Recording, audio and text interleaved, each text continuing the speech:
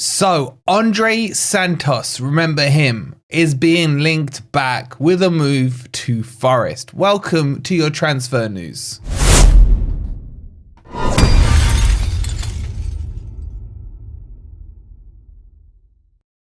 Good morning, good evening, or good night. Hope you guys are doing well.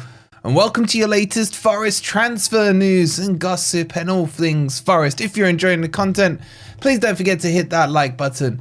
Make sure you're subscribed here if you are new. And there's plenty to talk about coming up on this episode. We'll talk you through what's going on with Andrey Santos.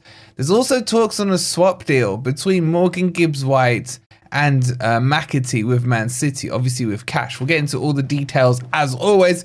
So hit that like button. Let's jump into it. Okay, Andrey Santos, probably up there for me with Bardet and Scarpa in terms of players who I was angry about that did not get a proper chance at Forest.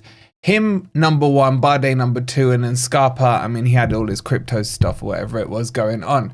Andrey Santos is an absolute baller. He's balling out right now at Strasbourg in the French Ligue. He's already scored 10 goals in 29 appearances, 4 assists, plays internationally throughout the year groups for Brazil, and obviously was at Forest where he only got 2 games. I think one was in the League Cup and one, I don't even know what the one was in the league. If you know, let me know in the comments. I literally can't remember it off the top of my head.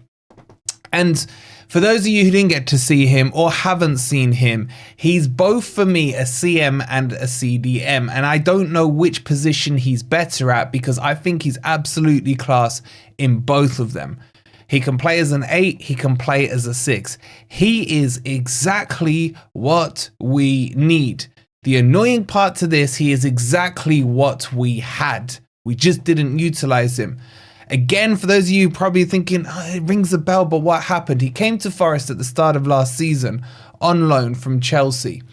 And Cooper didn't use him basically at all. And then obviously Cooper got sacked, Nuno came in. And in that first transfer window under Nuno, he was released back. And that's where he went to Strasbourg, and he's been there kind of ever since, if you like. He's been there for over a year and a bit now. He's still a Chelsea player. And there's a whole heap of clubs lined up for him. So going through this article, AC Milan are very interested in him. Roma, Juventus, Napoli, Atleti Madrid, Bayern Munich, Monaco, PSG, all very, very interested. Chelsea, though, don't necessarily want to sell him. It's not a must sell for Chelsea. But they will be willing to do a deal around 30 to 35 million pounds. Now, why is this relevant to Forest? Because the other 2 clubs that are getting chucked in there are Bournemouth and Forest. Bournemouth are seriously considering having a look at him, and Forest are monitoring exactly what's happening with Santos.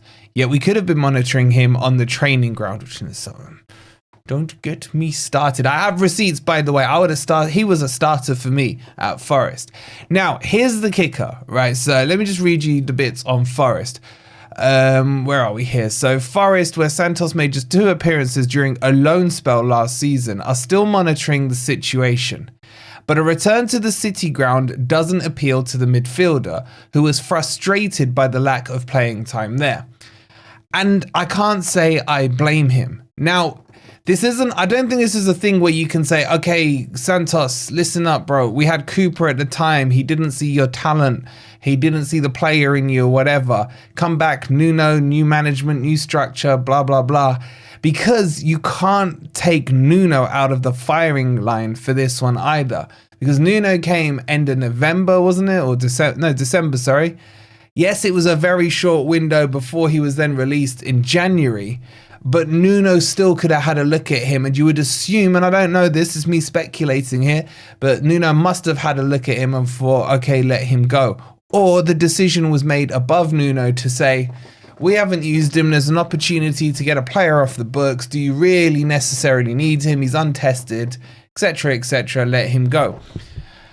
So I don't blame Santos in this for not wanting to come back. However, it infuriates me if he does go to a Bournemouth or he does go to a club and Forest are interested in him again and we've let him go. This stinks of Bardet all over again.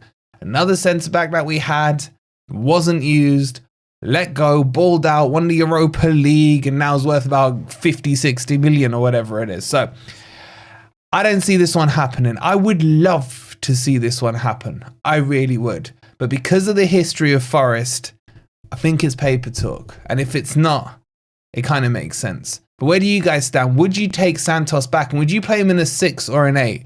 Let me know in the comments down below.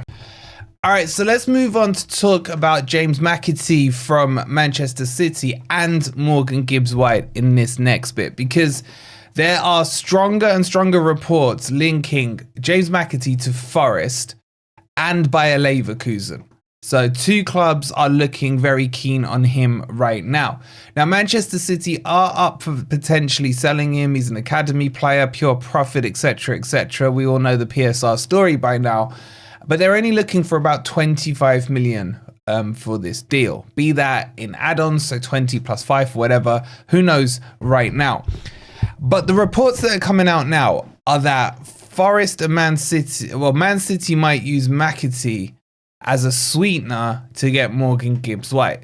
So say, for example, Forest, if you believe the rumours, let's just do it because it's a nice round number, want 100 million for Morgan Gibbs-White. Man City may say to them, okay, we'll give you 70 million plus McAtee. And let's do a deal like that. I'm still not convinced about this talk. Now, from McAtee's perspective, it seems like he's prepared to leave. He is keen on Bayer Leverkusen, according to the reports that are out there. But I don't think he'd look away from Forest either, especially if we were to get Champions League. Now, the question is, can this deal be done in isolation to Morgan Gibbs-White? Or would this be a case of Man City saying, you can have McAtee, but only if we get MGW in return plus cash? I think they can be done in isolation. I still see and feel no appetite or need for Forest to have to sell for PSR purposes. I think we're very comfortable with PSR. I think we got probably excess cash. Yes, don't just think to yourselves as well, oh, Forest got Champions League this season, therefore we got loads of money. No, because remember the PSR windows of the season before, Champions League money doesn't come till the end when you've maybe got through the groups. You get more money for quarters, more monies for semis, etc. So that's why there can be a lag with the Champions League money. So it won't be that we have buckets and bucket loads to sell, unless, of course, to buy, unless, of course, we sell some players. But anyway, I digress. Would I take McAtee? Yes, I would. I think this guy has the potential to be an absolute baller. He's already scoring goals this season for Man City, be it in the FA Cup and now in the Premier League as well. This season for Man City, he's had 15 appearances and 3 goals. A lot of those were sub appearances, some in the FA Cup and so on. He was at Sheffield United. He played 67 odd games there, scored 12 goals for them. And again, I believe that was in and around the season. They were in the Premier League and he was shining out, I think. Even though Jimmy didn't rate him, I kind of did rate him. So I would be up for him, but not at the expense of Morgan Gibbs-White. I would want him as well as Morgan Gibbs-White. At £25 million, I don't think this is a massive stretch on the budget.